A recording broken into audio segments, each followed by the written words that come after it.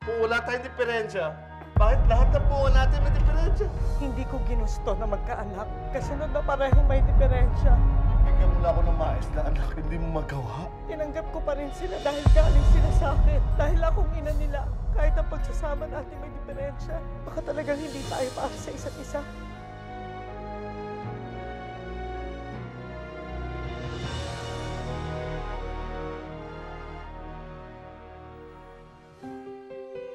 Paano ang buhay ng isang amang may anak na autistic? Paano ang mundo ng isang inang may anak na mongoloid? At anong nararamdaman ng isang batang may mga nakatatandang kapatid na kapos sa pag-iisip? Paano umiikot ang mundo ng isang mag-anak na kinabibilangan ng hindi lamang isa, kung hindi dalawang special children sa kanilang pamilya? Mga kapuso, samahan niyo po akong tunghayan ang kakaiba at madamdaming kwento ng pakikipagsapalaran at pagmamahalan ng Estrella family. Uy! Basta, misis ko, may Nandito dala akong ka na. ice cream. Wow, thank you. Alam mo, Gerardo, nag-iisip ako buong araw. Ang swerte talaga natin, ano, kasi nabuntis pa ako. Tapos, ang sabi ng doktor, dapat daw, lalo ako magpahinga. Lagi ka na lang nga nakahiga rito sa bahay. Halika nga muna rito. Bakit? Basta halika. Iwan mo muna yan. Halika. Sayaw tayo. Ayoko sumaya, wala naman tagtagi. Kailangan pa ba ng music para makasayaw? I-imagine na lang natin na may music. Gusto kong isayaw kayo. Kayo ng pamilya ko.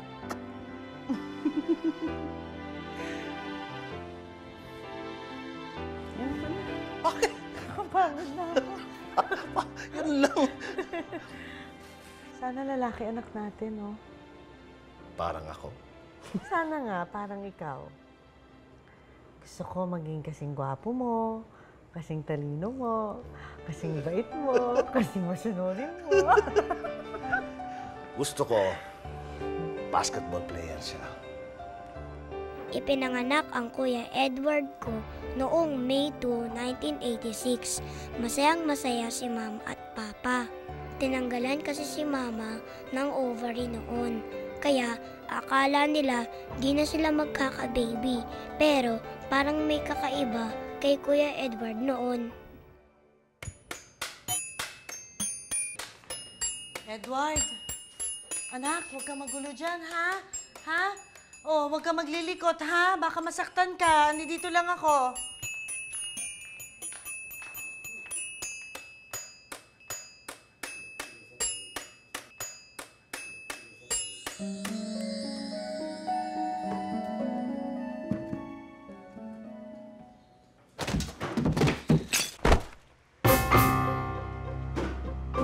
Edward?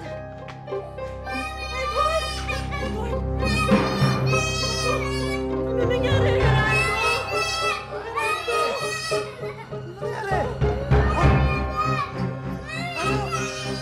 May masakit ba?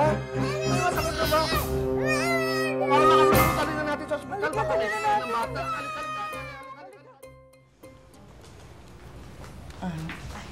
Wala, kamusta po anak namin? Well, wala namang sprain or fracture ang bata. In fact, malakas nga siya. Naku, salamat naman po, But, Doktora. there's something I need to tell you. We did some tests on your child and we found out that your child is autistic. Anong ibig sabihin, Doc? Mayroon siyang developmental disability na nakakasagabal sa pagkalap at pagproseso ng impormasyon sa kanyang utak.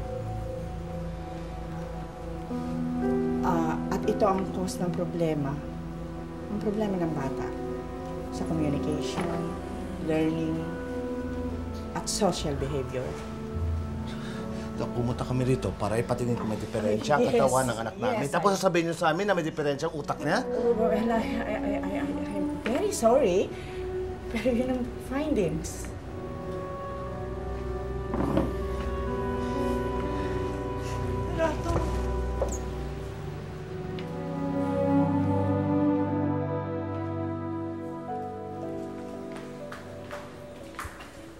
Ba't ang tagal mo? Saan si Edward?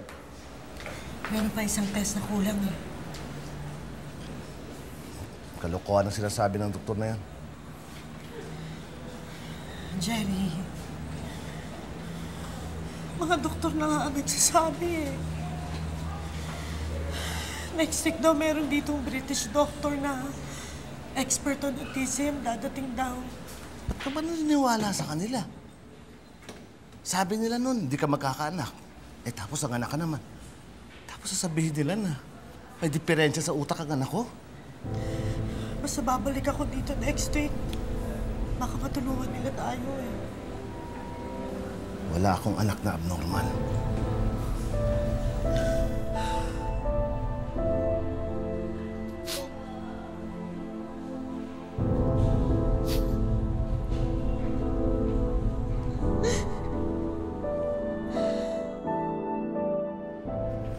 Talaga bang hindi ka na magpapapigil?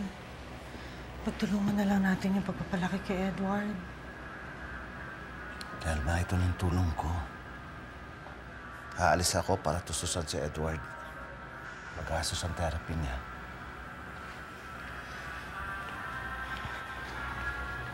Edward, aalis na ang Papa ha.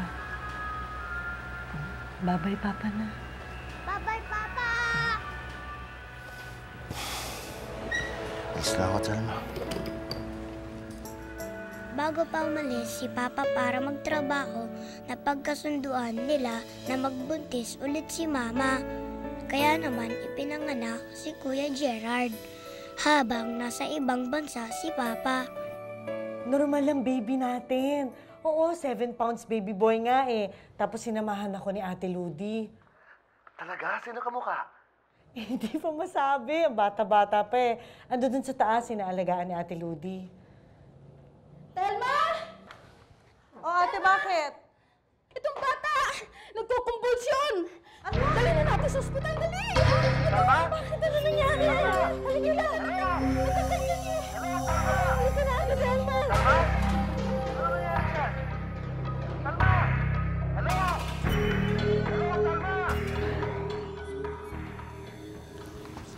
Tora, kamusta ang anak ko? Well, Mrs. Estrella, okay naman ang baby mo.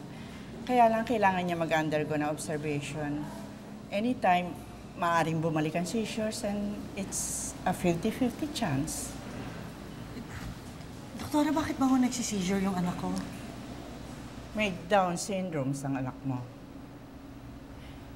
Mongoloid babies have very small lungs. Mongoloid? Alam niyo ba kung ano sinasabi niyo? Tora, ang panganay kong anak na si Edward, autistic, alam mo yun?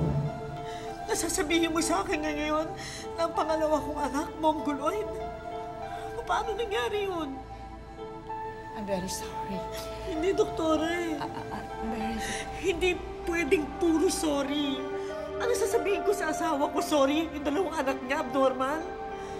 I can't do anything. I'm sorry. I'm very sorry.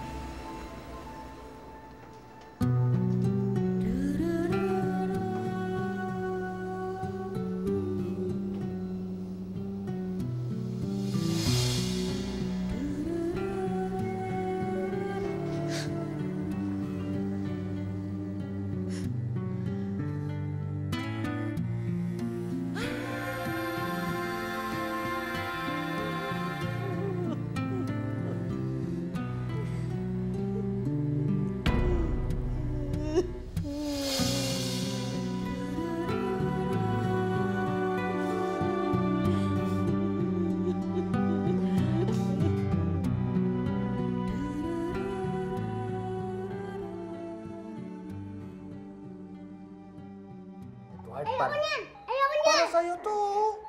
Ayoko niyan! Ayoko niyan!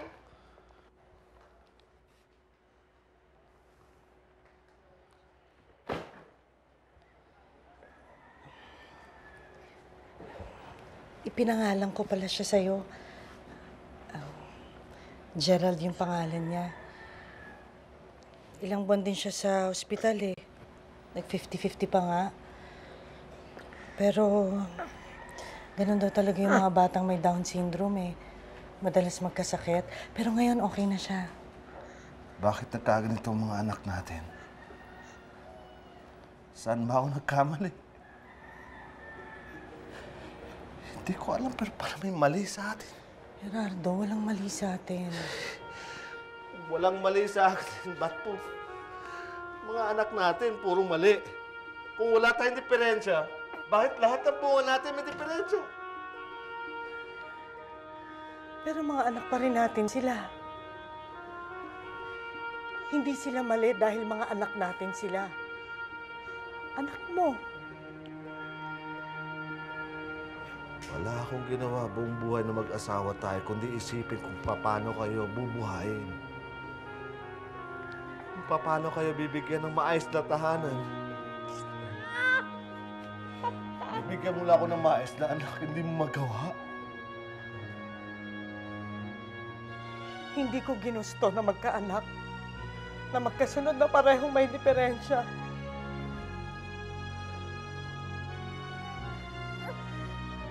Pero kahit nagkaganon, tinanggap ko pa rin sila dahil galing sila sa akin.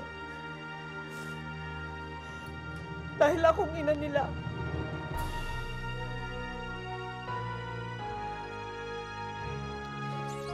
Siguro nga isa sa atin na may diferensya. Siguro hindi lang ang mga anak natin.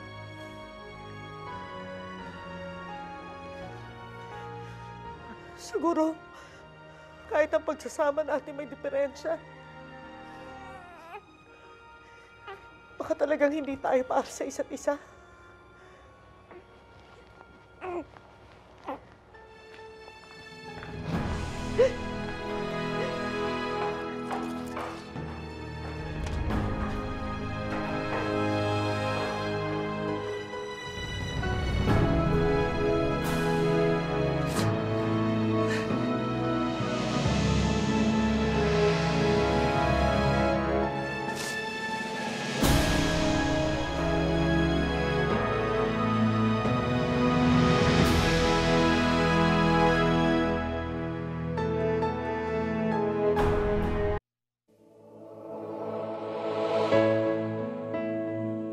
Hindi na katulad ng dati si Mama at Papa. Pero pinagtulungan pa rin nila palakihin ang dalawa kong kapatid. Hindi kasi sila madaling alagaan. Mas makulit sila sa ordinaryong bata.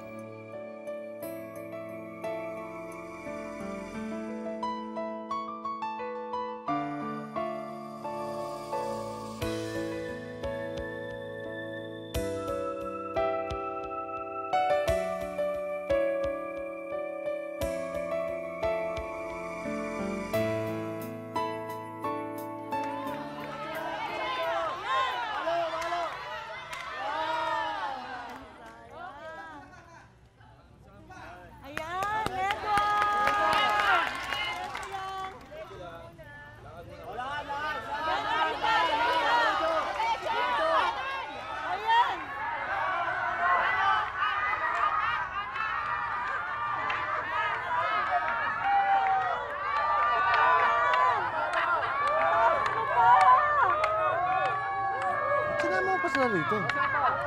Nag-enjoy naman yung mga bata eh. Tsaka, kilala naman nila yan eh. Mga kamag-anak naman nila yan eh. Taas mo pa, anak!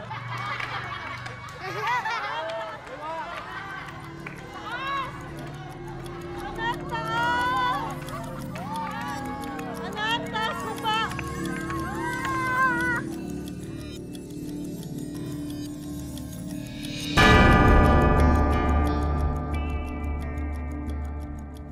Kasi pinagtatawanan ng mga anak mo eh.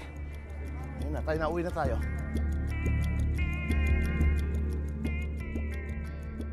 Oo, Gerard. Huwag ka nang magulo. Natutulog na yung kapatid mo.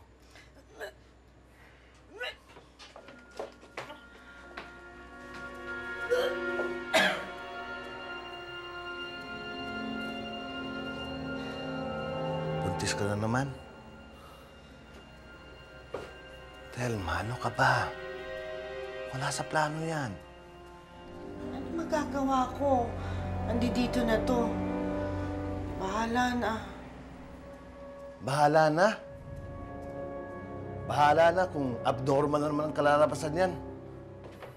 Hindi naging masayang balita para sa kanila ang pagbubuntis sa akin ni Mama. Kaya nang ako'y ipinanganak,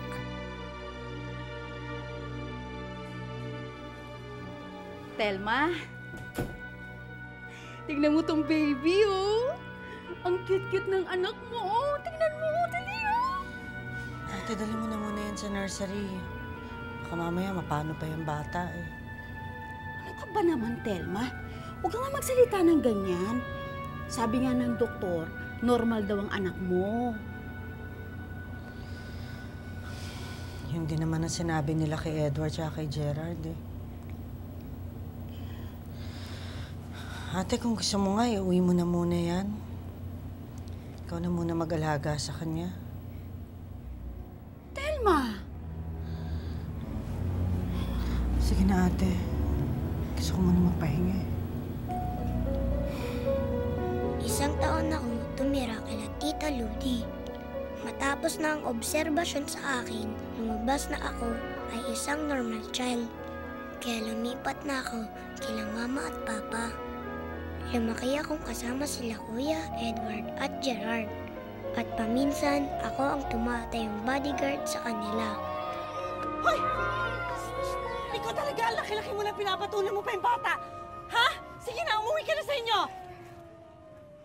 O kayo, ano tinatayo-tayo niyo dyan? Uwi! Ikaw naman, anak. Bakit ka ba nakikipag-away? Ha? Eh kasi po, tinutukso po nila si Dico. Sinasabihan po nila siyang abnormal. Pabayaan mo na, anak. Sige na, kunin mo na yung tsinelas mo. Tama na. Oh, ano naman nangyari sa'yo?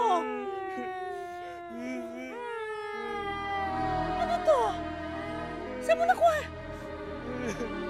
Hali nga kayo, hali kayo!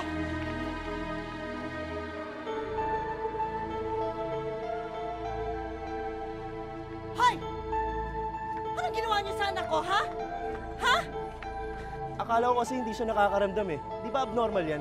Anong hindi nakakaramdam? Anong abnormal? Sa palagay niyo, ha? Normal ba yung ginagawa niyo nang papasok kayo ng bata? Tapos buong araw kayo nakatambay dito, mga adik kayo? Alam niyo ho, hindi ko kayo papatulan. Anong hindi papatulan? Patulan niyo ako, ha?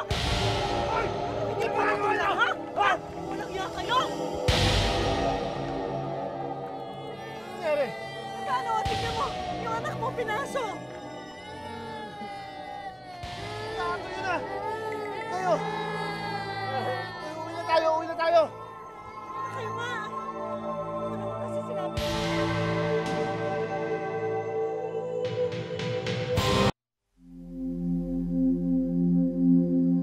Laking tuwa ni na Gerardo at Telma nang isilang ang pangatlo nilang anak. Hindi tulad ni na Edward at Gerard, normal ang pag-iisip ni Gertie. Sa paglaki ng magkakapatid, ang bunsong si Gertie ang tumayong tagapagtanggol ng kanyang mga kuya dahil madalas sa tinutukso ang mga ito. Hindi ito naging madali para kay Gertie dahil bukod sa madalas siyang mapaaway, sa mura niyang edad, pakiramdam niya napakalaki agad ng kanyang responsibilidad. Dico, akin na yan! Meron ka namang sayo eh! Mas maganda to eh! Sige na! Akin na! Sige na! Akin na to! Akin na! Akin na yan! Gertie? Akin na! Ano ba yan? Hoy! Tama na yan. Ano ka ba, anak? Para lapis lang, hindi mo pa ibigay eh. Eh, pwede na naman pong gamitin pagkatapos ko eh. Anak, di ba sabi ko sa'yo, lagi mo unahin ang kuya mo at saka ang Dico? Alam mo naman ang kalagayan nila, di ba? Halika na nga.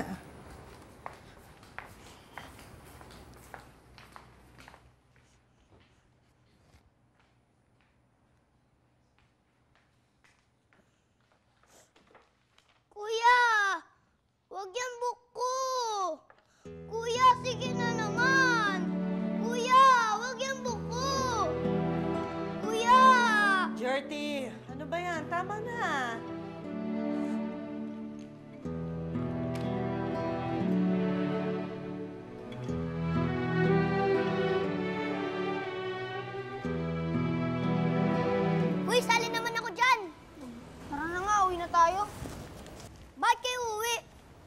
Sabi ng mga classmate ko, mga baludo yung kapatid mo. Hindi baliw, retarded. Kung ayaw niyo makipaglaro sa akin, edi wag, mamatay na lang kayong lahat. Pati nanay at tatay niyo, pati mga alaga niyo sa bahay niyo. Mamatay na kayong lahat! Gertie, bakit ganyan ka magsalita sa kanila? Hindi maganda yung sinabi mo. Mag-sorry ka sa kanila.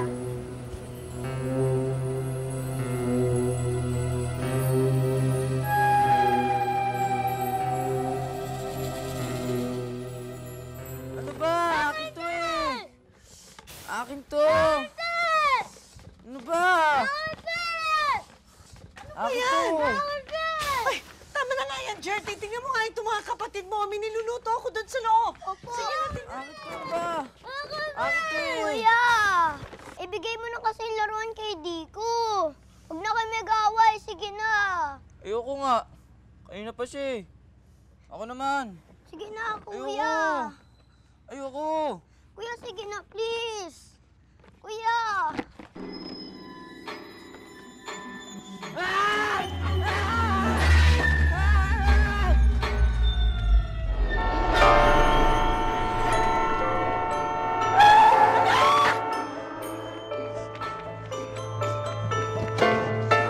Ano ba? Normal ba yung anak mo? Ano pa bumupasina? Pasensya na.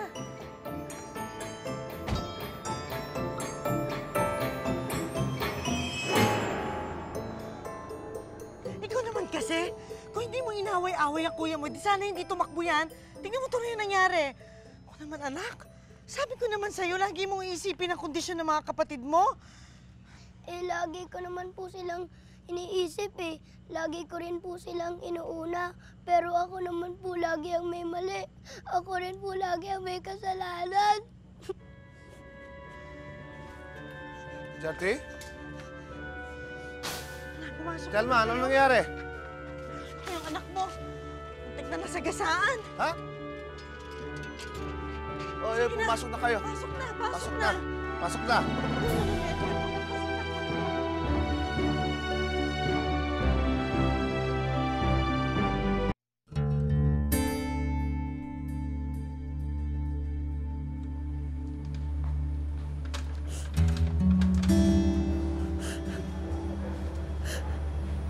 Anak, ano bang problema? Papa, bakit ganun? Pinagtatanggol ko naman sila kuya at Diko. Pero ako pa rin ang inaaway nila. Tsaka si Mama. Sinusunod ko naman ang sinasabi niya sa akin. Pero sa akin pa rin siya nagagalit.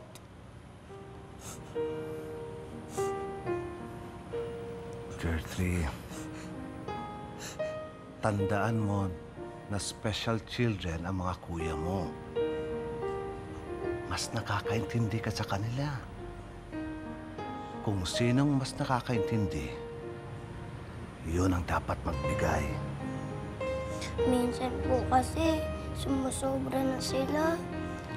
Tsaka po, ako lang lagi nag-iintindi sa kanila.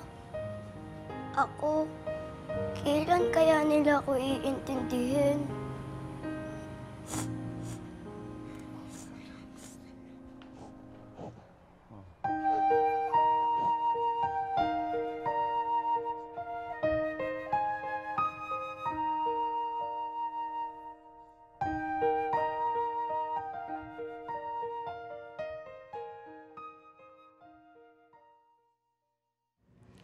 Yung isa mong anak, sinasagot na ako. Si Gertie, paano hindi sasagot sa'yo? Lagi mo siyang pinapagalitan. Eh, paano naman? Kailangan isipin niya yung kalagayan ng mga kapatid niya. Apektado na ang bata sa mga kapatid niya. Anong gusto mong gawin ko? Ipapsychiatrist ko si Gertie.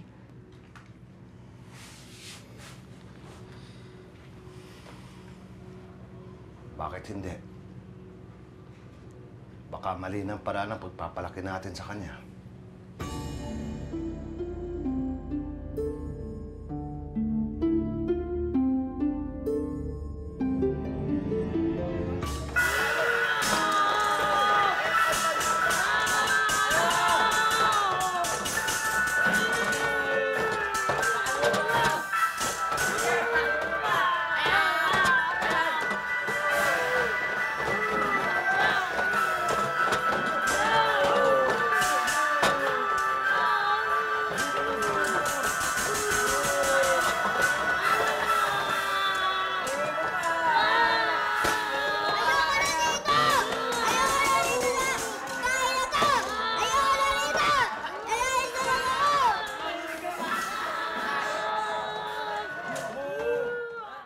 Based dun sa results na ginawa namin kay Gertie, lumalabas na hindi siya masayang bata. Galit siya sa mundo. Napakarami niyang pent-up emotions. At saka, punong-puno ng angst ang bata. Ba't ho kaya nagkaganon, doktora? Remember that Gertie is still a child. Pero maaga niyo siyang binigyan ng responsibilidad para tingnan at alagaan yung mga kapatid niya. Pag hindi natin ito nagawa ng paraan, maaring maka-affect sa kanyang psychological development. Ano po ang dapat gawin? Maging patas kayo sa inyong mga anak. Kung sino yung nagkamali, parusahan, pagsabihan. Ituro niyo kung ano yung tama. And Gertie needs extra attention from you. You have to exert extra effort to Gertie. Kailangan ipadama niyo sa kanya na mahal niyo siya. Na anak niyo rin siya.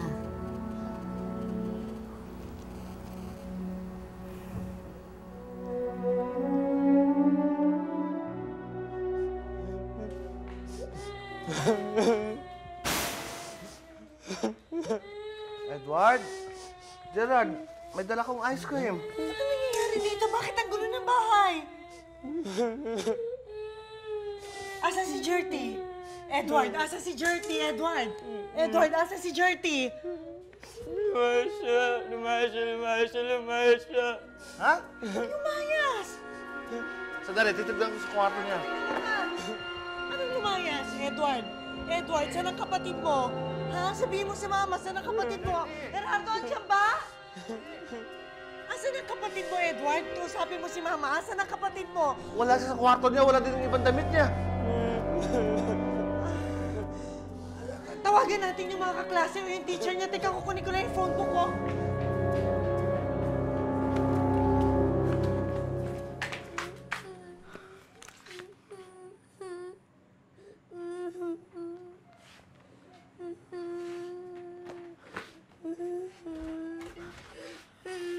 Gertie! Halika nga dito! Naku! Ano ba nangyari sa'yo? Ang sabi na Kuya Edward mo, lumayas ka daw. Naku anak, wag mong gagawin yun, ha? Gusto ko po nga pong lumayas, pero hindi ko po magawa. Sorry po, dahil nag-alala po kayo sa akin, hindi na po mauulit. Sorry din, ha? Kasi lagi kitang napapagalitan. At saka, pasensya na. Hindi namin nabibigay yung atensyon sa'yo katulad ng sa mga kapatid mo. Basta anak, ha? Huwag mo kaming iiwan ng papa mo, ha? Mahal na mahal ka namin ng mama mo. Ng mga kuya mo. Hindi man namin naiparamdam sa'yo, pero mahal na mahal ka namin. Pero alam mo, anak, magbabago na yan. Simula ngayon.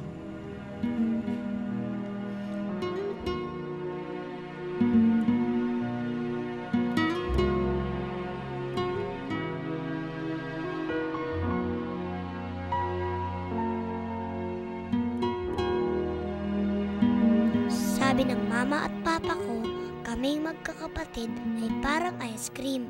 Iba't ibang flavors, pero lahat espesyal. Pero sa tingin ko, mas extra special ang mama at papa ko. At sa tingin ko, hindi madaling hanapin kung anong flavor sila.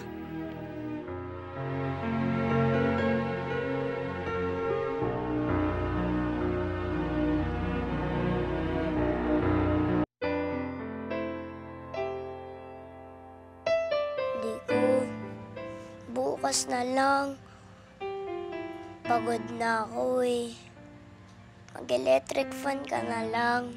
Gusto ko, ikaw ang electric fan ko. Lobat na kasi ako eh. Bukas na lang ha. Kuya, di ko. May sasabihin ako sa inyo. Makinig kayo sa akin. Sorry dati kung nasasaktan ko kayo ha. Di ko naman talaga sinadya yun eh. Minsan kasi madali ako maasar. Sorry din. Sorry. Tutulog na tayo ah. Tulog na rin ako. Sige.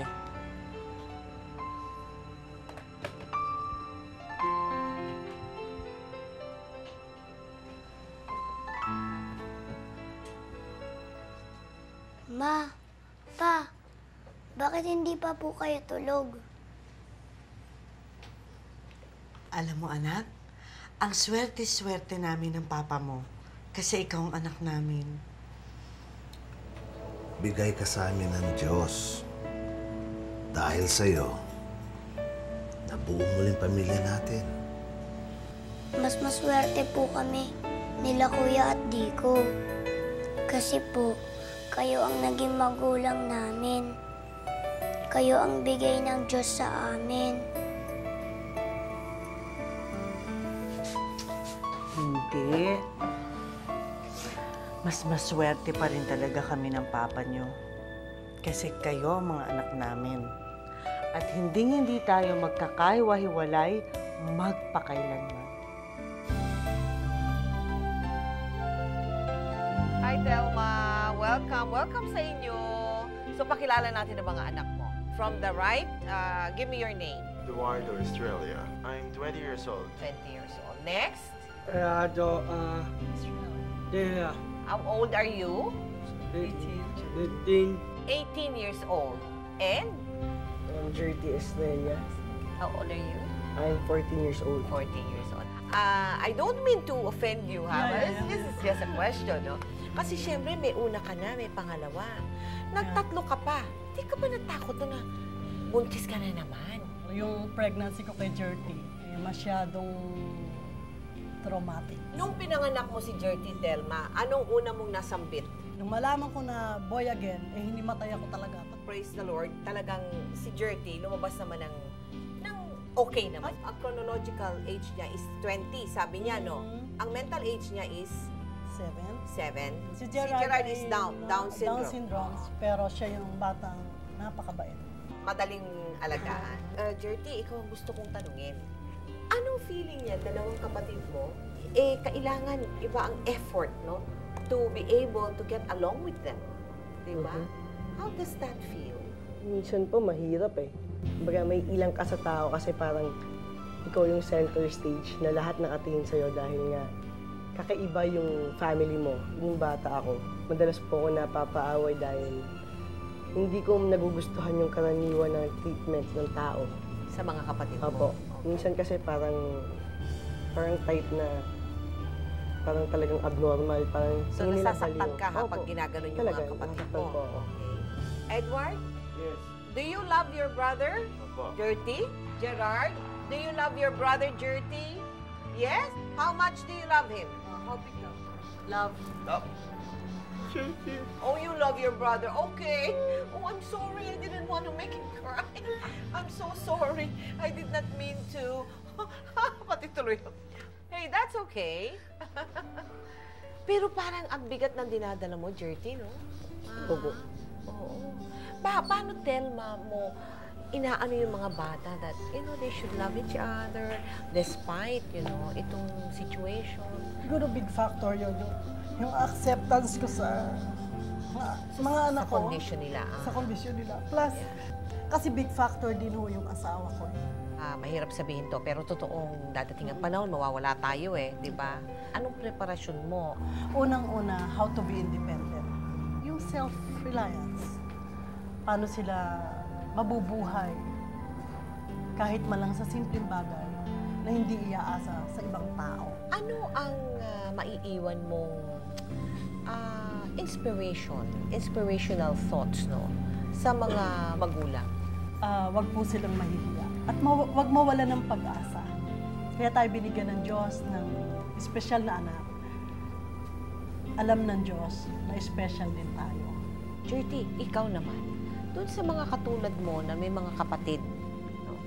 Na katulad ng mga kapatid mo, anong maiiwan mo sa kanilang payo or, inspiration? Huwag po sanang mahihiya kung ano man ang maging kapatid, kung ano pa ang kapansanan ng kapatid nila, hindi man sa maging autistic. Sana kung may kapansanan man, Kahit sana ano. po'y huwag niyong kinakahiya ang kapatid niyo. Maging totoo kayo. At mahalin natin ang bawat isa. Selma, maraming salamat. Kino-congratulate kita kasi alam kong hindi madali ang dinaanan mo at dinadaanan mo pa. At ako'y natutuwa na nakilala kong inang katulad mo. At Gertie, ikaw din ha? Gertie, congratulations. Talagang hats off ako sa'yo. Thank you very much, Edward, ha? Thank you, Gerard. Thank you very much.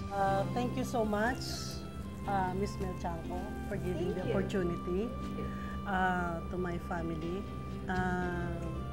Of course, I would like to thank my husband. Thank you so much, Daddy, for all the support.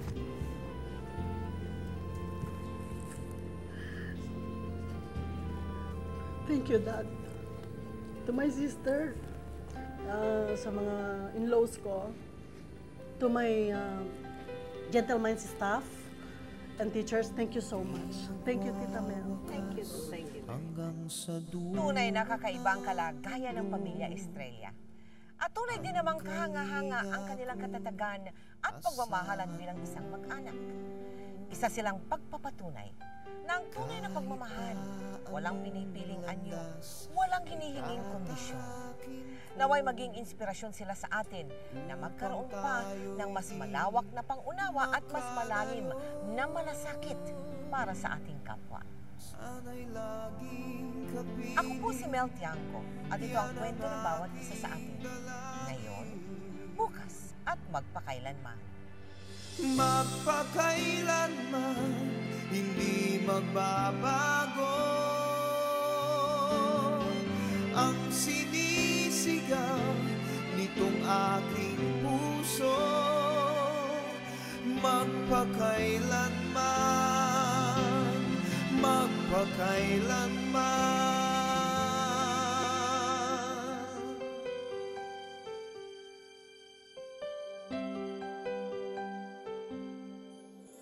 Sa tuwing kinakailangan mo'y narito ako, handang dumamay sa iyong lingkod.